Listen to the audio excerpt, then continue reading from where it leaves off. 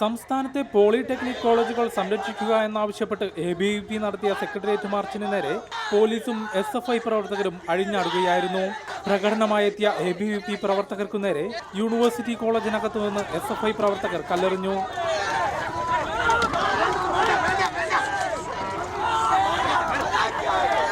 കല്ലേറിൽ മനു, അഖിൽ, രുതീഷ് തുടങ്ങിയ ABVP പ്രവർത്തകർക്ക് തലയ്ക്ക് ഗുരുതരമായി പരിക്കേറ്റു. പ്രകടനമായി സെക്രട്ടേറിയറ്റിനു മുൻപിലെത്തിയ പ്രവർത്തകർ റോഡ് ഉപരോധിച്ചു.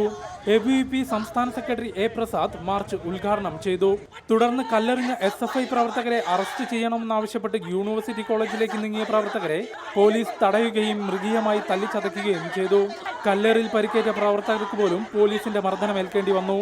യൂണിവേഴ്സിറ്റി കോളേജിനകത്ത് നിന്ന് കല്ലെറിഞ്ഞ SFI പ്രവർത്തകരെ കണ്ടുവെങ്കിലും യാതൊരു നടപടിയും സ്വീകരിക്കാൻ പോലീസ് തയ്യാറായില്ലെന്ന് ABVP പ്രവർത്തകർ ആരോപിക്കുന്നു.